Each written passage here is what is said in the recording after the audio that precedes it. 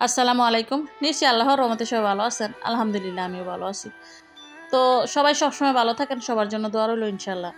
তো সকাল সকালই কাপড়-চোপড়গুলা ধুইয়া নিছিলাম। কারণ যেহেতু একটু রোদ মানে শীতকালে একটু রোদ তাপ কম থাকে। অনেক সময় কাপড়-চোপড় শুকাইতেছে না। তো কাপড়-চোপড় যদি প্রতিদিন না শুকায় ওটা কিন্তু আবার ঘরে আইনা ছড়াইতে হয়। এগুলো আমার কাছে একদম ঝামেলা মনে হয়। তো একদম সকাল ভোরবেলা ধুইয়া দেই অথবা রাত্রেবেলা অনেক সময় ধুইয়া রাখি যাতে সকালবেলা উইঠা কাপড়-চোপড় ছড়াই দেওয়া যায় আর শুকায় যায় এই কারণে আরকি। তো আসলে প্রতিদিনের কাপড়-চোপড় প্রতিদিনই ধুইয়া নেই। কারণ ১ দিন ২ দিন মনে হয় মাঝখানে গ্যাপ দিলে অনেক কাপড়-চোপড় একসাথে জইমা যায়।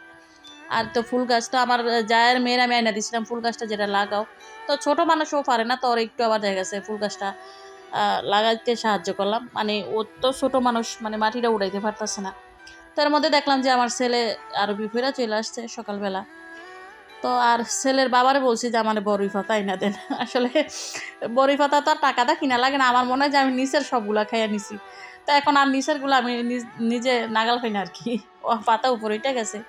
আর পাতাগুলা পাড়তে গেলে প্রতিদিন পানি পড়ে উপরে। কারণ শিশিরে মানে কুয়াশায় একদম গাছ বইরা থাকে আরকি। তো এই তো বড়ই পাতা, কালো জিরা, দারচিনি আর হলুদ দিয়া পানিটা জাল কইরা নিমু। তো অ্যালার্জি কিন্তু আমার অনেক জ্বালাইছে। অনেক এখনো জ্বালাইতাছে। আজকে কয়েকটা বছর যাবৎ। অনেক ওষুধ খাইছি। আমার মনে হয় যে ওষুধ খাইতে, খাইতে আমার মাথার চুল বেড়া সব পইড়া গেছে। তবে অ্যালার্জি ভালো করতে পারি নাই। তো যেহেতু একটু উপকার পাইছে এই কারণে চিন্তা করলাম যে খাই। আর শীতকাল তো দেখা গেছে গরম পানিটা খাইতে আমার কাছে ভালো লাগে। তো আমি কিন্তু এটা জাল করে রাখলাম আর এখন সকালের নাস্তায় ভাত ভাজা করমু। এখন মানে ইংলিশে বলতে গেলে ফ্রাই করা হয় আরকি। তো আমার যেহেতু আমি আসলে ওগুলা হয় না। তো এখানে ১ম এ ডিমটা মানে পেঁয়াজ আর মরিচটা তেলে ভাইজা ডিম দিছিলাম ২ টা দিয়া একটু তেল কম মনে হইলো। তো সাথে একটু তেলটা ভালো করে ডিমটা ভাজা কইরা জুড়া কইরা নিলাম আরকি। সাথে একটু লবণ দিয়া দিলাম। তো আসলে এই ভাত ভাজাটা ছেলেমেয়ের বাবা অনেক পছন্দ করে। তবে আমার এইসব ভালো লাগে না। আমি মানে বাইজা খামো এটা আমার ভালো লাগে না। আমার ঠান্ডা ভাত অথবা পেঁয়াজ মরিচ বা বাসি তরকারিটা শীতকালের ভাতটা খাইতে অনেক ভালো লাগে। তো সাথে ধনিয়া পাতা দিয়া দিমু। আর ধনিয়া পাতাটা দিলে কিন্তু খুব সুন্দর একটা ঘ্রাণ আসে। তো আমি দেখা গেছে যেটুকু আছিল সবগুলাই কিন্তু বাইজা দিছি।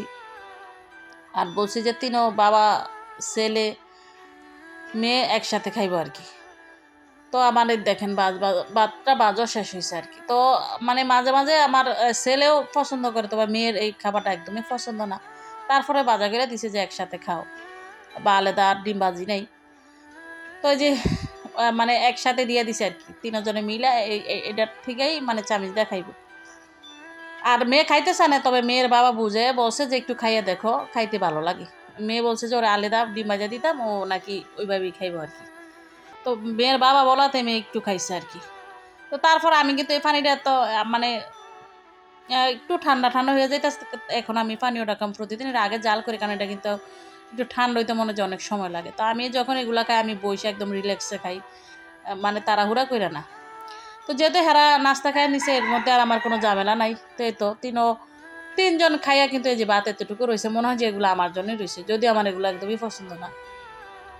তো তারপরে এই তো প্লেট বাটিগুলা ধুমু।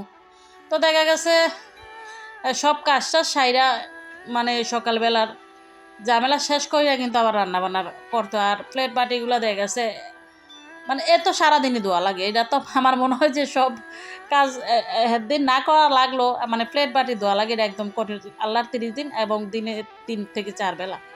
তো এই কাজ করতে আমি আবার এই যে আমার জেঠাতো বোনেদের সাথে কথা বলতাছি। তো আসলে এমনি তো আর মানে বইসা নিরিবিলি কথা কমু এটা সম্ভব না। তাই কাজের ফাঁকি কওয়া লাগে আরকি। তো ধন্যবাদ সবাইকে।